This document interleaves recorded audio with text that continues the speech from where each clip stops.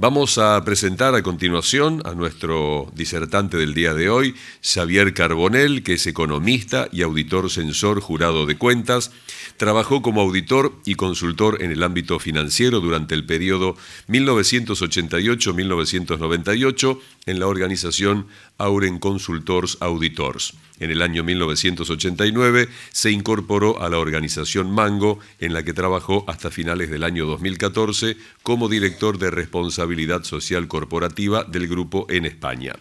En octubre de 2014 se incorporó a ESI UPF, School of International Studies, perteneciente a la Universidad Pompeu Fabra, como coordinador académico y director de la Cátedra Mango de Responsabilidad Social Corporativa.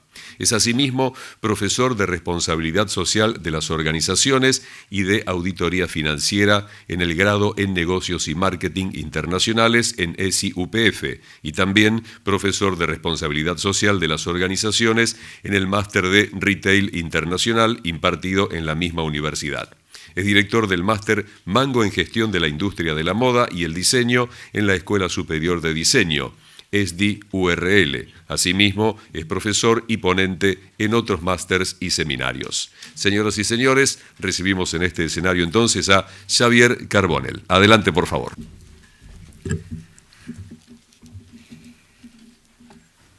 Bueno, buenos días a todos. Ante todo, creo que, cada vez que tengamos que pasar una transparencia, ¿no? Que tengo que ir avisando, me parece que es, ¿no?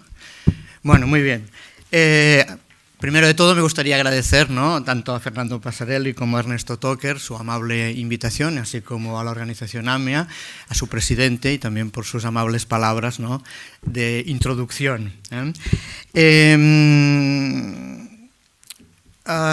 Yo diría que lo que queremos transmitir o podemos transmitir hoy aquí es un poco esta idea, ¿no?, de cómo está la situación actualmente, un poco la historia que ha habido y un poco también el futuro que estamos viendo o preveyendo en materia de lo que sería cadena de suministro, cadena de valor o lo que lo queramos llamar, ¿no?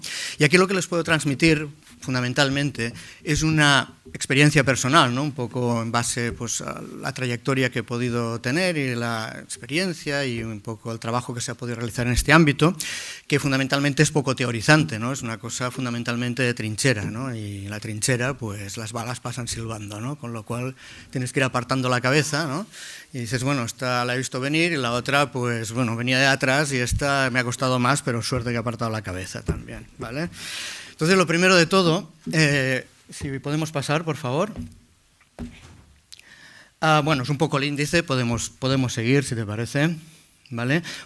Hablar un poco también del concepto de cadena de valor, ¿no? Porque esto es de este típico término que depende quién lo haga o en el entorno que se hace, pues uno lo puede mirar de una manera, otro lo puede mirar de otra, definirlo de una forma o definirlo de otra, ¿no? Quizás sería un poco también, como decíamos ahora, ¿no?, un tema de logística, ¿no?, que a veces la historia, alguien confunde la logística con tener un camión, un almacén, o alguien dice que es desde que se hace el precio hasta que de alguna manera se coloca en los puntos de venta como debe ser, ¿no?, de alguna manera. Entonces esto puede pasar un poco lo mismo. Con lo cual, la idea un poco, lógicamente, de cadena de suministro, pues consideraremos desde que se diseña incluso, fabrica, etcétera, etcétera, hasta que llega o incluso, podríamos decir, se distribuye a punto de venta por las implicaciones que en materia de responsabilidad social puede tener, pero nos centraremos sobre todo en esta parte más de compra y recepción, para entendernos, ¿no?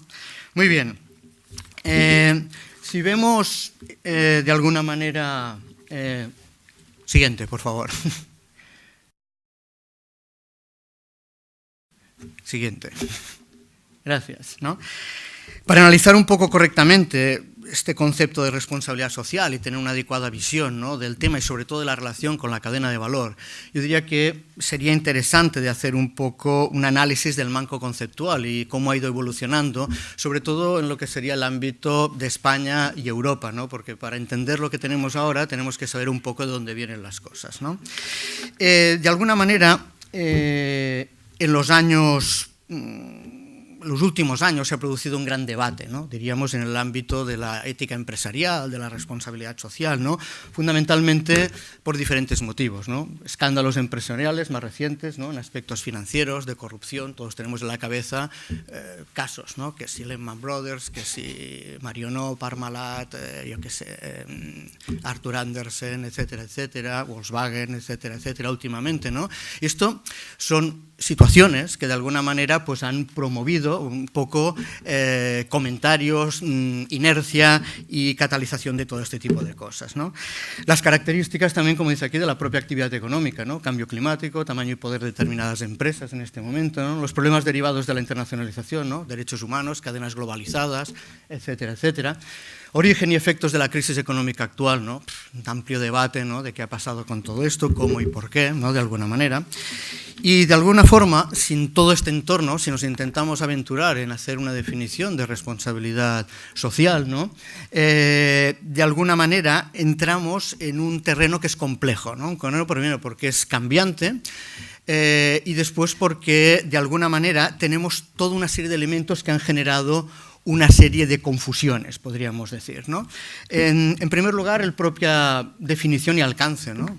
Pueden haber aspectos de relativismo, hay gente que se puede apuntar a enfoques relativistas, ¿no? Es decir, la ética depende de cada cultura, incluso de cada persona, y con lo cual no hay un modelo generalizado. Evidentemente, vamos en contra de esto, ¿no? Pero de entrada tenemos un poco de arenas movedizas aquí, ¿no?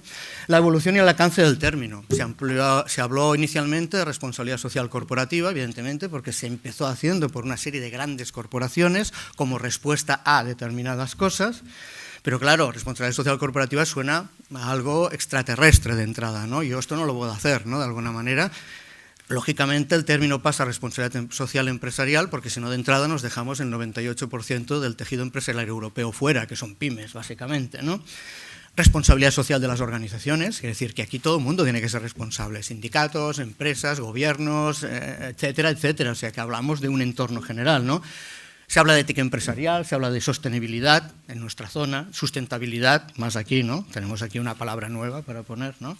Economía verde, economía circular, valor compartido, y todo esto al final genera tal dimensión de lío que quien no está metido en la materia no sabe ni de qué lo están hablando.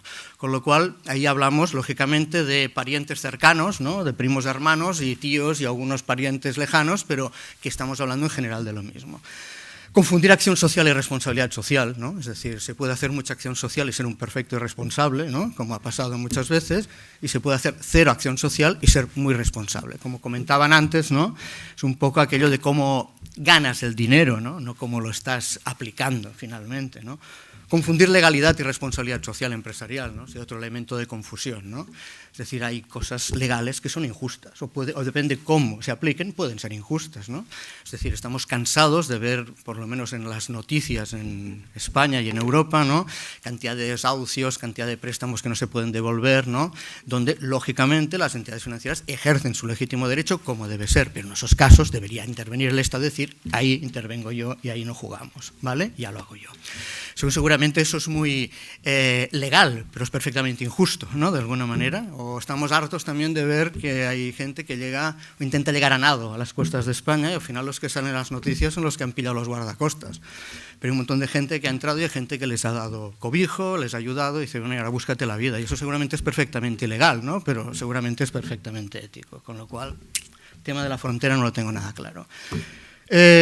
Tomarlo como un conjunto de normas. Uno no puede llegar a final de año y decir, ahora tengo que hacer una memoria de sostenibilidad y exponer qué hago en materia de derechos humanos y tal, como quien hace un impuesto sobre sociedades, no sé si se llama exactamente así aquí, ¿no? O un impuesto determinado. Y eso es no estar puesto en la estrategia, esto es no creerse esto no tendrá continuidad, lógicamente, ¿vale? El problema de las memorias de sostenibilidad o sustentabilidad, ¿no? Es decir, no obligatoriedad, hasta el momento, esto ha cambiado radicalmente, heterogeneidad, verificación, problemas de las auditorías, cómo se enfoca, de qué manera, que se dice que no, y todo este entorno no es un entorno amable seguramente para esto, ¿no?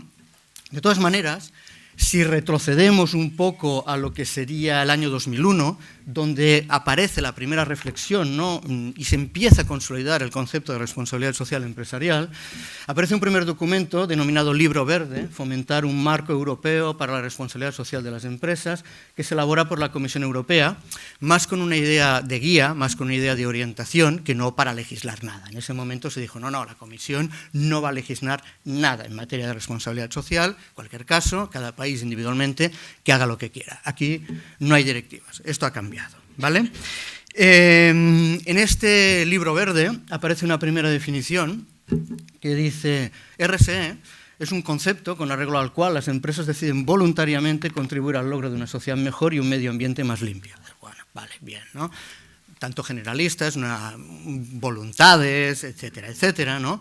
Y esto, pues, en este sentido, pues, como punto de partida es correcto, pero seguramente no es el núcleo duro de la responsabilidad social al que llegaremos luego, ¿no? En todo caso, este mismo documento establece dos grandes ámbitos o dos grandes dimensiones, una dimensión interna y una dimensión externa de la responsabilidad social. Cuando hablamos de dimensión interna, lógicamente hablamos de la empresa o de la organización puertas hacia adentro, materia social, laboral, medioambiental, de derechos humanos, etcétera, etcétera, que fundamentalmente en empresa coincidiría con accionistas y trabajadores, de manera más importante, ¿vale? Y que sería un poco lo que decíamos, ¿no? Puertas hacia adentro. Y ahí, pues, bueno, lo que me toque, ¿no? Pero, lógicamente, hay una dimensión externa que tal y como, por favor, tal y como se expresa en la misma definición, ¿no? Se habla de que todo este ámbito de responsabilidad, puertas hacia adentro, debe sobrepasar, como decía el propio documento, las fronteras de Europa, entendiendo que las cadenas de producción están externalizadas en buena parte, evidentemente, ¿no? Y que todo esto hay que trasladarlo allá, que la responsabilidad no tanto es solo interna, sino también externa, en toda tu área de influencia, es decir, cadena de valor, etcétera, etcétera. ¿Podríamos pasar, por favor? Exacto, ¿vale? Y eso quiere decir que ahí hay otros actores, ¿eh? Hay actores que son proveedores, hay actores que es la administración pública, hay actores que es la competencia, hay actores que pueden ser ONGs, sindicatos, etcétera, etcétera, ¿vale? Y la cadena de valor, lógicamente, va a caer en un sitio o en el otro. O lo tengo yo como propiedad o lo tengo externalizado, pero en algún sitio cae. Pero la responsabilidad, en cualquier caso, de la empresa es doble en este caso, ¿no? En el sector que yo más conozco, de alguna manera, que es ese sector textil, ¿no? Al final, pues las empresas en este momento son marcas que fundamentalmente pueden ser empresas de servicios. Diseñan, piensan, no producen nada, no tienen un camión, no tienen una fábrica y al final lo que se hace es monitorizar lo que sería toda esta cadena de suministro, de alguna manera, ¿no? Y esto lo tenemos arreglado rápido, porque si somos casi una oficina, ¿no? Teniendo una buena política de recursos humanos, un sueldo adecuado por encima del sector, ¿no? Una buena política, digamos, o sea, una buena, digamos, carrera profesional, ¿no? Formación, promoción, que no cojan a nadie, no cojan, he dicho una palabra de estas que no se pueden decir, ¿no? De buena manera. Intentaremos no ir diciendo alguna de estas palabras no prohibidas, diría, sino no adecuadas, ¿no? De alguna forma, ¿vale? Entonces pueden contratar, ¿no? Personas de fuera, cuando en realidad es un jarro de agua fría tremenda que contraten a alguien de fuera cuando tú te puedes promocionar, conciliación de la vida familiar, etcétera, etcétera. Una buena política medioambiental de las 3 R's, ¿no? Un poco la reutilización, ¿no? En primer lugar, la reducción, perdón, la reutilización y el reciclaje en este orden, aunque normalmente va al revés, ¿vale?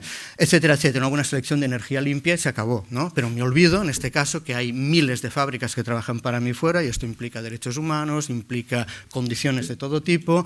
Me olvido que muevo cientos de millones de prendas por todo el mundo, esto quiere decir producción, tintes, aguas,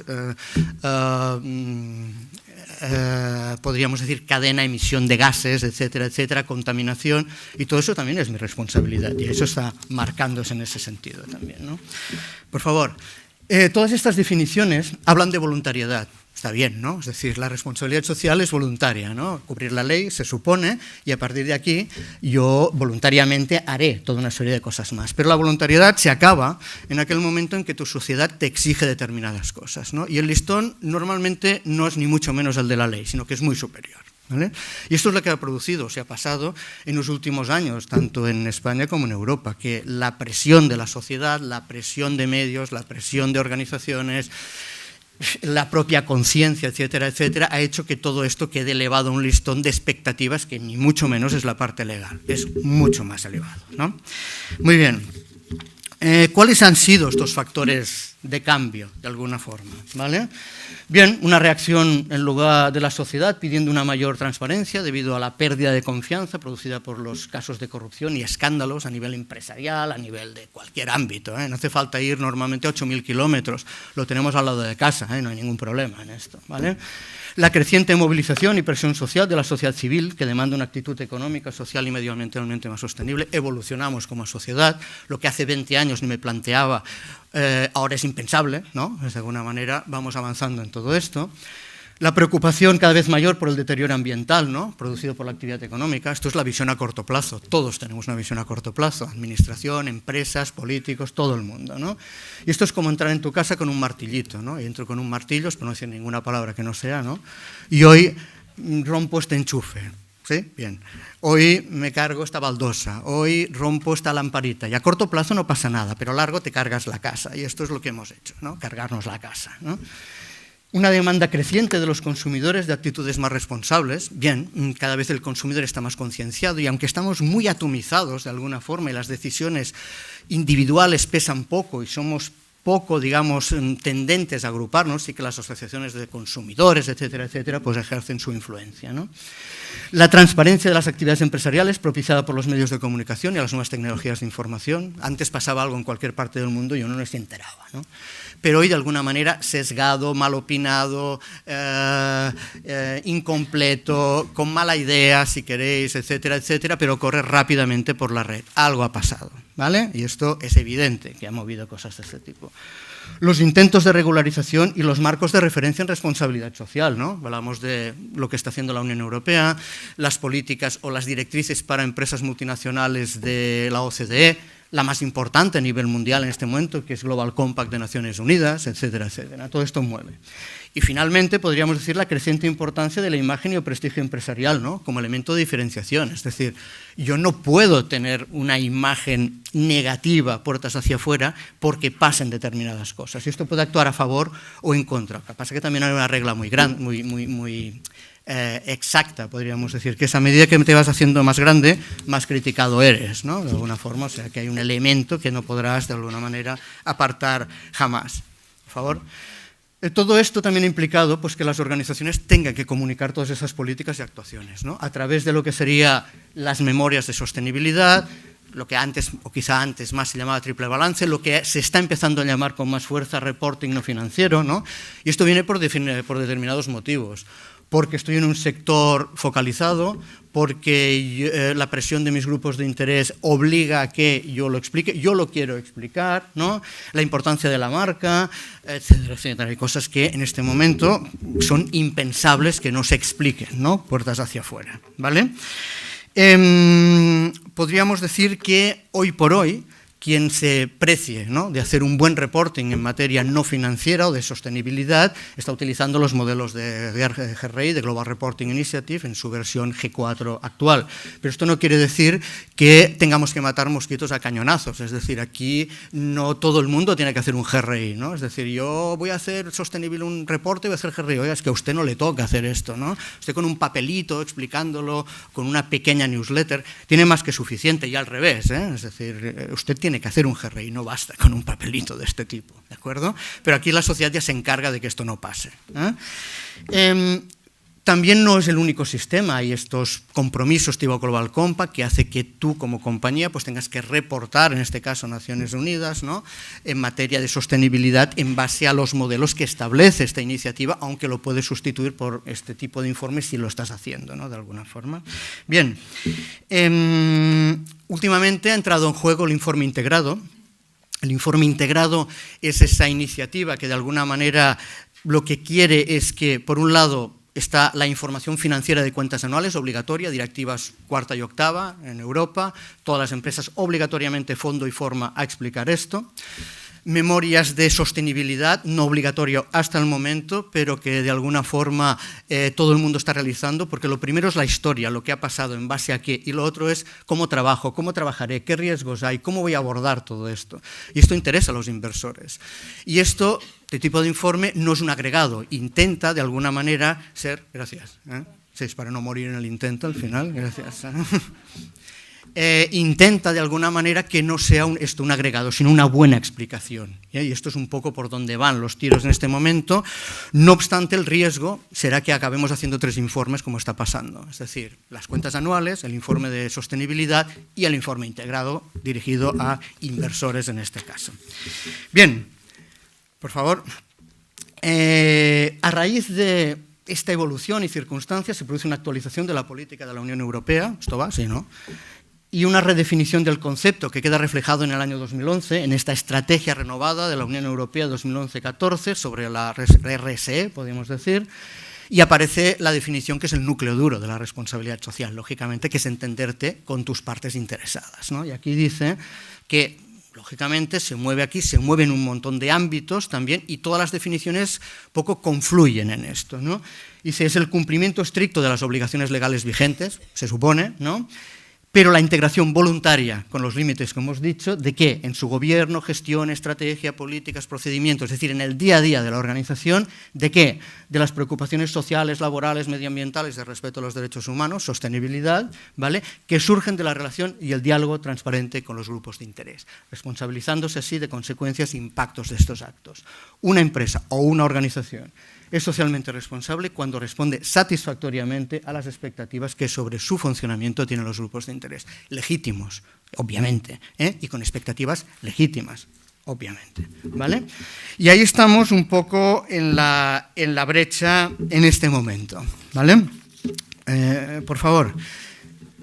Bien, en este entorno se van produciendo algunos movimientos en algunos países, ¿no? Es decir, oye, ¿cómo puede ser que la ley no diga nada de obligatoriedad de reporting no financiero o memorias de sostenibilidad? No puede ser, las expectativas de la sociedad son más amplias, movámonos. Dinamarca en el 2008, ¿no? Establece que las mayores empresas del país reporten en materia no financiera de forma exhaustiva como si fuera un GRI, un Global Reporting.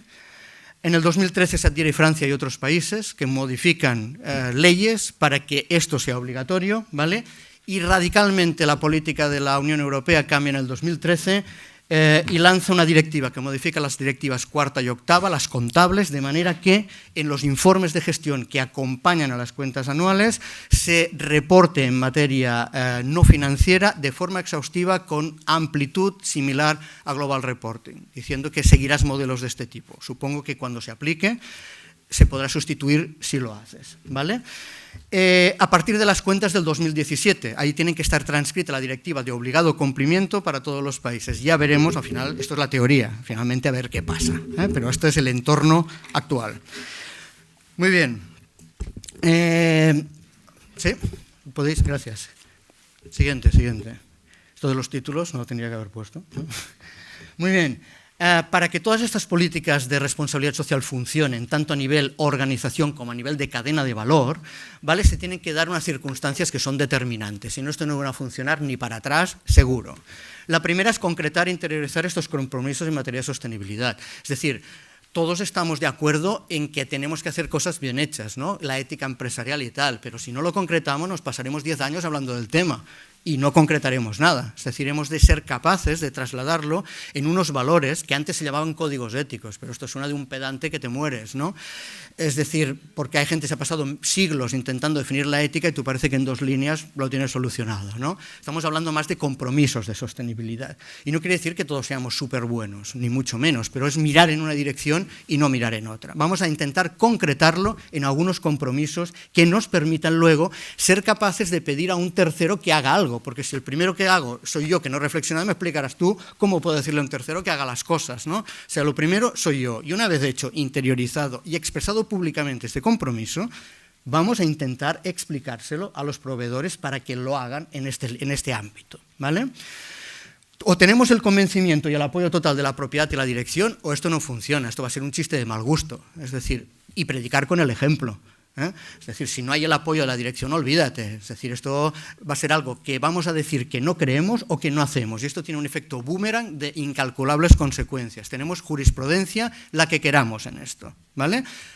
Empresas que han dicho cosas que no hacían o no creían, acabado rebotándoles en los morros de una manera importantísima, ¿vale? Incorporarlo como un planteamiento global y estratégico de la organización. Antes o inicialmente uno hacía políticas de responsabilidad social reactivas, ¿no? Me han dicho que pasa no sé qué, hago un código. Me han dicho que no sé qué, intento hablar con este. Me pasa no sé qué medio ambiente, doy esta pincelada, pero eso no está conectado de ninguna manera. Esto tiene que pasar a la estrategia. Hemos de pensar en estos términos de manera que sea absolutamente transversal. Hemos de pasar de una política reactiva, como se ha pasado, a una política estratégica, que es como realmente en este momento está implementado, ¿vale? Ha de abarcar todos los ámbitos de la organización. No vale decir, no, yo tengo una política de responsabilidad social, pero en la oficina. Vale, ya, ¿no? Bien, ¿no? Esto es como el tema de la calidad, ¿no? Yo tengo la ISO no sé qué, muy bien, pero ¿de dónde, no? De la tienda, hombre. Dices, vale, ¿no? ¿Dónde abarcamos los límites de eso? Ahí de entrar todo. Y la cadena de valor, la cadena de suministro, seguramente es el elemento más sensible en estos aspectos. Evidentemente, puertas hacia adentro también, pero puertas hacia afuera, ese es el elemento, seguramente. O sea, no podemos dejarlo fuera, ¿vale? Bien, de todas maneras, esto ya lo comentaremos luego, pero también dependerá de las fases en que estemos en una empresa. Cuando una empieza a fabricar o a trabajar en determinadas zonas, uno no conoce el país, no va llamando fábricas a la puerta porque simplemente desconoce todo esto. Ya empiezas con un intermediario que se guardará muy mucho de explicarte dónde fabrica, ¿no? Esto es al inicio de todo, estamos hablando de 25 años atrás, ¿no? 20 años atrás. Todo esto va evolucionando y finalmente tú vas tomando contacto, lo he dicho bien, tomando contacto un poco con todos estos proveedores y interactuando directamente con ellos. Y ahí pasas a un control de calidad, a una formación, a las auditorías y todo esto se va haciendo más amplio y más complejo, pero hay fases, hay gente que a lo mejor puede tener ganas de aplicarlo, pero está en una fase que no puede, para entendernos. Todo esto va evolucionando, hay que catalizar estas fases para que realmente lleguemos aquí. Bien, vale, no nos dejamos nada. Basarlo en procesos sencillos sin burocracia. Como liemos esto con papeles, procedimientos y pasos, por mucho apoyo de la dirección que haya, mucha voluntad que haya, esto no va a funcionar ni para atrás tampoco. Sencillo, es decir, alejémonos del perfeccionismo. El perfeccionismo es el punto en el horizonte que siempre va corriendo y nunca alcanzas, ¿no? Y hay un dicho en castellano que dice, lo mejor es enemigo de lo bueno. Pues empecemos por algo, lo concreto, lo sencillo, intentaremos ampliarlo, pero no esperemos porque no lo haremos nunca, ¿no? Y sobre todo, no burocrático. Finalmente, designar un responsable de un departamento encargado y legitimarlo. Es decir, alguien tiene que sentir el aliento de esto aquí detrás, porque si no, empieza a quedar en territorio de nadie. Nosotros en su momento éramos un departamento de muy poca gente, pero era horizontal totalmente, había apoyo de todos los departamentos, todo el mundo sabía lo que tenía que hacer, todo el mundo conocía cómo y qué.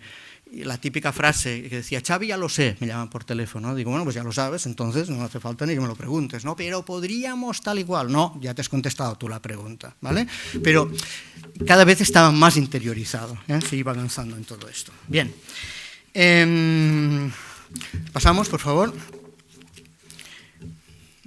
Si queremos hacer un adecuado control sobre la cadena de producción, primero ha de pasar todo esto y luego deberíamos crear un código ético. Obviamente, hay un código ético, perdón, un código de conducta que cuando uno está en su casa, pues obviamente es la ley, pero cuando uno va a puertas hacia afuera, lo que puede aplicar son lo que está establecido en los convenios de la Organización Internacional del Trabajo como mínimos generales, ¿no? ¿Qué dicen los códigos? Pues no han variado desde el principio y uno analiza todos los códigos de todas las empresas del sector y de otros sectores y todas hablan de lo mismo, varían de una coma todos estos códigos. Y hablo de sectores diferenciados como textil, electrónico, juguetería, incluso energía, etcétera, etcétera, con más derivadas en tema medioambiental, lógicamente, ¿no? Porque todos están basados en lo mismo. También se añaden algunas iniciativas sobre las que yo tengo más sensibilidad, como puede ser Global Compact, incorporaré uno de estos elementos, ¿no? Ahí tenemos poco todo el contenido que normalmente incorporan todos estos códigos. En función de la iniciativa que yo además doy respuesta, pues se incorporarán aspectos como la subcontratación, etcétera, etcétera, y ahí vemos quién subcontrata y quién no. En estos códigos dice, oiga, si usted utiliza otra empresa distinta a la que yo le he dado el pedido, que es usted, y usted se encargará de seguir con este control de la cadena. Este señor o señora subcontrata. O hay cláusulas de, entre comillas, pena de muerte, ¿no? Como subcontrates, que vamos, me voy a enterar al momento, vamos, cerramos las relaciones inmediatamente según lo que dicen los contratos, ¿no? De alguna manera. Si avanzamos, diríamos también que en los últimos años, ¿qué se está incorporando a estos códigos? ¿No? Seguridad de los edificios, ¿no? Especialmente en zonas de riesgo, debido a los últimos accidentes que se han producido de manera importante en zonas del mundo. Esto es un poco sustituto de la administración en muchos casos, ¿no? Es decir, oiga, la administración es quien da los permisos, quien hace el control, etcétera, etcétera, pero el entorno es el que es, ¿no? Seguiremos apostando por fabricar en esta zona, sí, pues pongámonos de acuerdo y de alguna manera hayan salido acuerdos importantes y incorporación en códigos de aspectos en este sentido, ¿vale? Anticorrupción, aspectos anticorrupción importantes, ¿no? Global Compact determina que ha de ser algo de lo que tú realmente estés luchando en este sentido y tienes que incorporarlo en estos códigos, ¿no? Ampliaciones a materias primas, a utilización de químicos y vertidos de agua. En este momento todo esto se está derivando, ¿no? En la lista anterior de conceptos que había dentro de un código de conducta hemos visto medio ambiente. Obviamente la OIT no dice nada de medio ambiente, pero siempre se ha puesto aquí desde el principio por aquello de decir, oiga, no me olvido del tema medio ambiente, también está aquí, pero esto se deriva a otros códigos más especializados. Acordémonos que un código de conducta es un compromiso público y es un documento que estará a la entrada y salida donde están los trabajadores de la fábrica que tú estás trabajando para que ellos vean en qué te comprometes en todo esto, en esa zona, y que haya un teléfono o un sistema de contacto directo por si hay algún tipo de incidencia también, ¿vale? Bien, últimamente también hay tendencias a unificar, ¿no? Un poco todo esto. Yo me acuerdo de hacer auditorías, ¿no? Y en alguna zona, alguna fábrica muy grande en algún país del mundo, decían, oye, si está muy bien, ustedes vienen aquí y levantan la casa, no hay ningún problema, se miran todos los papeles, hablen con los da la gana, esto está fantástico, pero es que usted es el 32 que viene este año, ¿no? A ver si se ponen de acuerdo, ¿no? Y todos decimos, no, hombre, estamos en ello. Mentira, ¿no? ¿Por qué? Porque a mí me interesa que la semana que venga tal empresa y la otra tal, y de aquí de un mes tal y la otra cual, ¿no? Y compartir información y costes en todo esto, auditorías, es harto complejo, ¿no?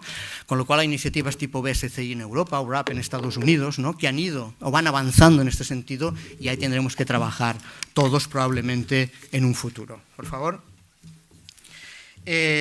Todo esto en marcos distintos, ¿no? En este momento estamos hablando de unos marcos que son marcos generales de acuerdo con partes interesadas. Hoy por hoy uno en la cadena de suministro trabaja directamente pues, con federaciones de sindicatos internacionales, conjuntamente en auditorías, en revisión de memorias, etcétera, etcétera, y el entorno va variando. Es este entorno, ¿no? El que ahora se está moviendo de alguna forma, ¿vale? Muy bien. Si puedes uno por atrás, porque yo creo que me ha adelantado uno, no sé. Vale. Muy bien. En el caso de las empresas españolas y europeas que actúan con mayor excelencia en este tipo de aspectos de cadena de suministro, ¿vale? Un poco se siguen unos pasos comunes que al final derivan en un sistema de gestión conjunto, ¿no? Es decir, no hay partes separadas, el sistema va creciendo y de alguna manera es eficiente en sí mismo por el hecho de que hay diferentes capas de cebolla, para entendernos, ¿no? Lo primero de todo es una selección previa de los proveedores, ¿no? No tan solo con criterios de capacidad y calidad, sino con criterios de responsabilidad social. Y esto es el Departamento de Compras quien tiene que incidir directamente en este tipo de aspectos. Oiga, este es el código, está internacionalizado, trabaja para otras empresas, hace otras auditorías, etcétera. Ahí, ¿vale? Además, la capacidad, la calidad es buena. Una adecuada programación de la producción e información de la cadena de suministro. Hoy por hoy, o históricamente, si la información provenía de import-export, si la información provenía de compras o de responsabilidad social, era de alguna manera listas totalmente distintas, ¿no? Es decir, yo porque le he preguntado tal, tú porque has incluido no sé qué. Bueno, al final ha de haber una única fuente, normalmente yo diría por parte del Departamento de Compras, que alimenta a todo el resto de la organización. Si no, puede ser un descontrol, ¿vale? Formación, dar formación a los proveedores. ¿Tú qué firmas? Firmas un contrato. Este contrato dice que hay un código de conducta, un protocolo de químicos, hay todo esto. Y como lo incumplas, va a pasar esto, esto, esto y esto. ¿Cómo lo vamos a verificar? De esta manera, de esta otra, etcétera, etcétera. Aparte te voy a explicar cómo plegar una prenda o cómo ponerla no sé dónde o si se cae un botón, cómo arreglarlo. Pero también te vamos a explicar esto. Control de calidad, ¿no? Control de calidad, pues hoy en día se ha traspasado a origen, lógicamente, ¿no? Las tiendas han dejado de ser tiendas almacén y lo que no puede ser es que te llegue una serie de prendas y se le caigan los botones. Esto tiene que estar al principio. ¿Y esto qué implica? Implica control sobre las cadenas de producción, ¿no? Directo, con oficinas directas en cada uno de los países. Y a estas personas, cuando se hace control de responsabilidad social, no se les pide que de alguna manera sustituyan mi trabajo, esto no lo vamos a hacer, ¿no? Pero si ves algo anormal, si cualquier cosa, me avisas. Cuando hacemos auditorías, se incorporan en las auditorías, conocen lo que se hace, hablan su idioma, son del país, entran y salen cuando, cómo y de la manera que quieren, etcétera, etcétera. Una auditoría interna y una auditoría externa. Estos serían lo que es fundamentalmente los pasos de un buen control de gestión, podríamos decir, una adecuada gestión en todos estos aspectos, ¿no? Si pasamos, por favor. Bien, ¿qué se hace en una auditoría, ¿no?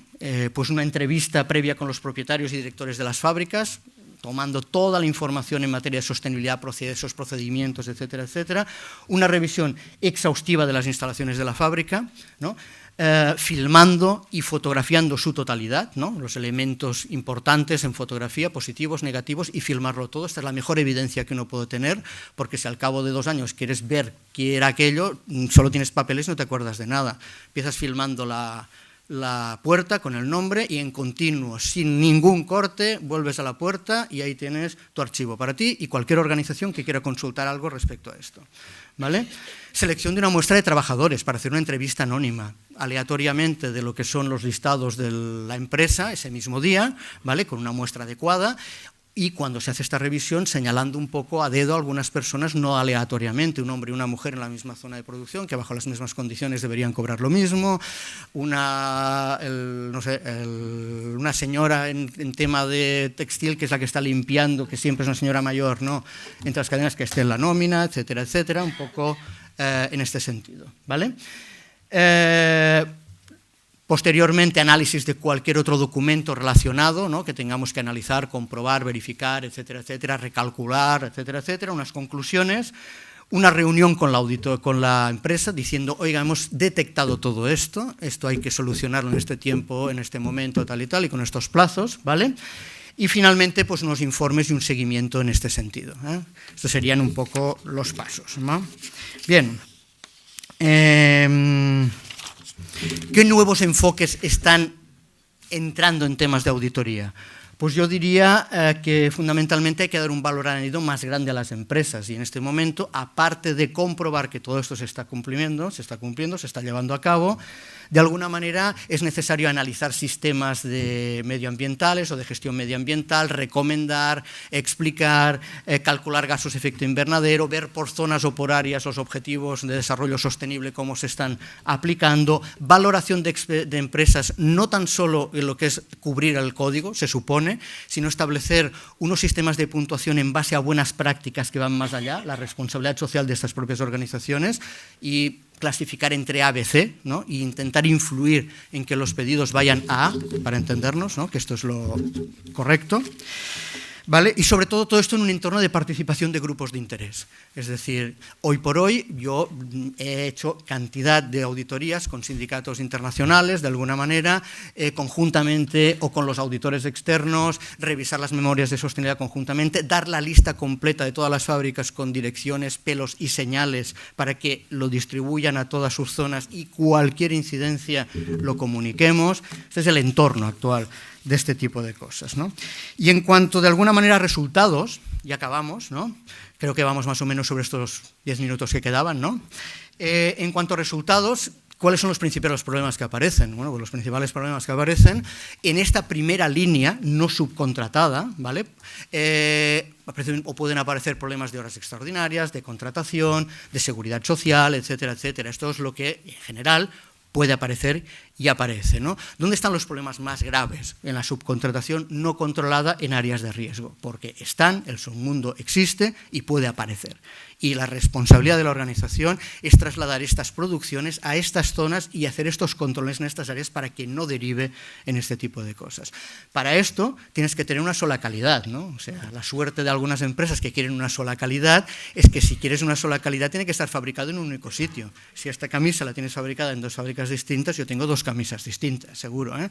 De hecho, muchos técnicos en textil diferencian turnos, porque hay una impregnación de mano de obra brutal, ¿no? Bueno, pues esto es un poco, de alguna manera, donde tenemos que trabajar, ¿vale? Tener un código de conducta no es que sea Disneylandia a partir de ese momento, ¿no? Ya tengo un código de conducta y aquí no va a pasar nada. Bueno, el código de conducta está para detectar si hay alguna situación, gestionarla y solucionarla. Pero no vamos a pensar que no va a pasar nada a partir de ese momento porque hay un código de conducta, aunque lo auditemos 100 empresas, como pasa en nuestra casa y como pasa en la casa de todos, supongo. Problemas hay y hay que irlos solucionando y gestionándolos, ¿vale? Esto es un poco la cuestión.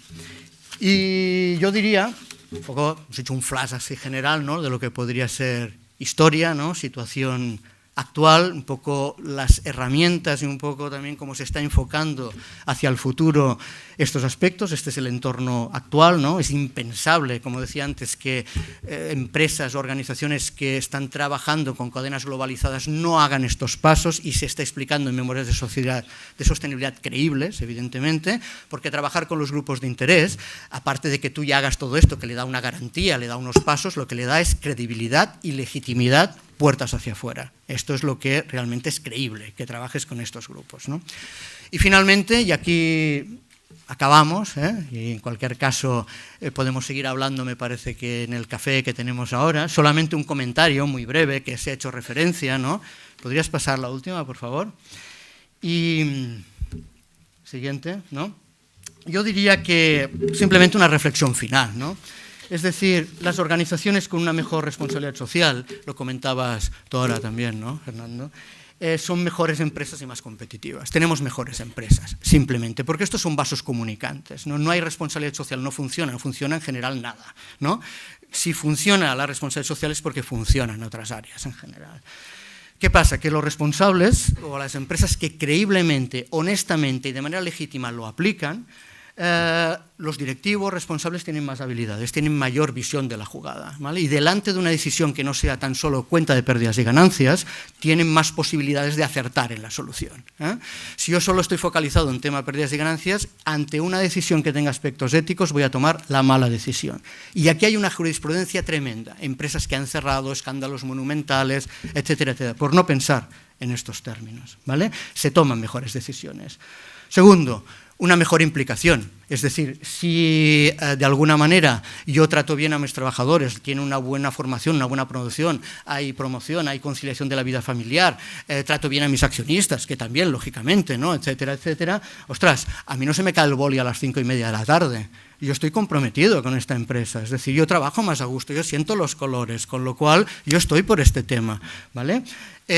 Un proveedor que tratamos bien, que trabajamos con él, con visión a largo plazo, etcétera, etcétera, nos dará respuesta cuando lo necesitemos, tendremos mejores proveedores, y esto que hará que seamos infinitamente más competitivos, ¿eh? Empresas que no han hecho esto, que han trabajado casi en contra de esto, ha ido bajando la competitividad hasta que finalmente prácticamente o han cerrado o se ha montado un escándalo puertas hacia afuera de carácter monumental, siempre y cuando, lógicamente, sean empresas visibles y con marcas visibles, etcétera, etcétera. Esto puertas hacia afuera, puertas hacia adentro, cualquier tipo de empresa, ¿vale? Finalmente, una mayor percepción, una mejor reputación de la empresa puertas hacia afuera. Es decir, si hago todo esto, teniendo las limitaciones que he dicho, cuanto más grande eres, siempre hay quien critica, ¿no?, de alguna manera, y esto sí era así, pero en cualquier caso la reputación será mejor y te evitarás problemas, riesgos, etcétera, etcétera. Todo esto lo tendrás infinitamente descubierto, ¿no? Y todo esto, de alguna manera, pues implica una mejor o una más adecuada gestión, y esto actualmente pues es el entorno en el cual lo estamos moviendo. Comentábamos con Fernando, ¿no?, antes que por la tarde, ¿no? Creo que es a las 3, ¿no? Que empezamos, haremos una sesión de profundizar todos estos aspectos, creo que es en la Universidad de San Andrés, ¿no? ¿Verdad? Donde cualquiera de ustedes que quieran asistir, pues están lógicamente invitados, ¿no? Donde trabajaremos con más detalle algunos de esos aspectos y con más concreción, ¿no? De alguna forma. Bien, espero que de alguna manera podamos haber aportado, ¿no? De alguna manera, como mínimo, información, ¿no? En este sentido, más elementos al debate, ¿no? Y cualquier información que necesiten a ampliación a través de la propia AMIA, o si no, y si puedes pasar, yo diría que he puesto el mail al final. Exacto. Con lo cual, si quieren interactuar, pues con mucho gusto, y todo aquello que podamos trabajar conjuntamente, pues estaré encantado de poderlo hacer. Muchas gracias a todos.